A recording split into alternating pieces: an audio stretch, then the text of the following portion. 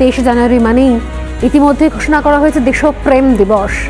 কারণ এই দিনে দেশপ্রেমের সর্বোচ্চ উদাহরণটা, উজ্জ্বল উদাহরণটা তৈরি হয়ে গিয়েছিল যেদিন ইনি জন্মেছিলেন, অর্থাৎ নেতাজি সুভাষচন্দ্র বোস। এবং তারপর থেকে আগাগোড়া নিজের দেশকে স্বাধীন করা থেকে, দেশমাতৃকার পুজো থেকে, দেশকে নিজের বলে বলিয়ান করা থেকে প্রতিটা মুহূর্তে দেশপ্রেমের নজির সৃষ্টি করে গেছেন নেতাজি। তিনি তো সুভাষ বোস। দেশপ্রেমের এর থেকে বড় সংজ্ঞা কি থাকতে পারে? অনেক বিতর্ক রয়েছে, আজও রয়েছে নেতাজির অন্তর্ধান রহস্য। আজও আমরা নেতাজির মৃত্যু রহস্য বলতে পারি না, বলতে পারি অন্তর্ধান রহস্য। কারণ কি হয়েছিল সেদিন, এবং তারপর রেনকোজির মন্দিরে চিতাভাষ্যটা কার, এখনো পর্যন্ত প্রচুর প্রশ্ন রয়ে গেছে। 1943 সালের 28শে অগস্ট যে বিমান দুর্ঘটনার কথা বলা হয়, সেটা কি আদেও হয়েছিল?